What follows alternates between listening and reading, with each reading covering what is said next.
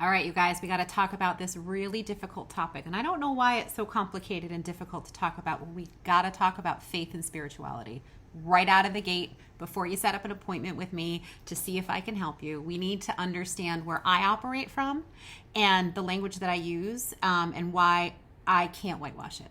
So I'm a Christian, and a lot of the healing that I have gone through and a lot of my clients have come to know is through remembering prayer, connecting to God, authenticity, kind of quieting our mind and connecting with our soul and our purpose.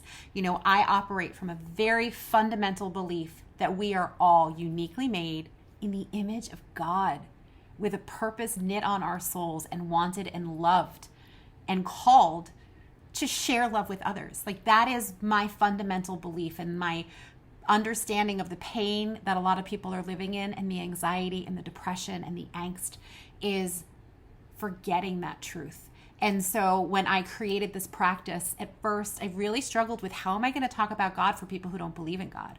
Or what if my language is offensive to others? And I realized I can't worry about that, right? I need to be authentic to who I am, and the messaging and the healing that I've seen in others and I've seen in myself includes faith and prayer. Now, that does not mean that you have to share my faith practice. That does not mean you have to be a Christian for me to be helpful to you. But what that does mean is, when I use a Bible verse to support a point that I'm making, or I encourage you to listen to a Christian song, you not get offended and think that I'm excluding you and your faith belief, because that's not the case at all. I can only operate from what I know works and my truth. And so when I say things about the Holy Spirit and God and love and energy, I'm coming from a Judeo-Christian backing for that. If you need to, in your head, shift the language from God to energy or love or source, or whatever you need that to happen in order for the messaging to work, I would say don't throw out the baby with the bathwater. You know, this stuff is universally effective. So long as you understand that my language has to be what it is, because that's my truth, and anything less would be inauthentic. And then how can I coach you to be authentic if I'm not being truthful?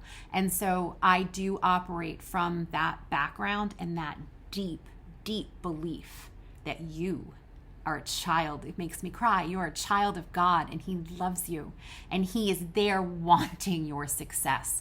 And so we learn how to excavate all the BS around you, connect with what God has for you, and then your actions will be effective, and then you will shine. All right, that's out of the way. Woo!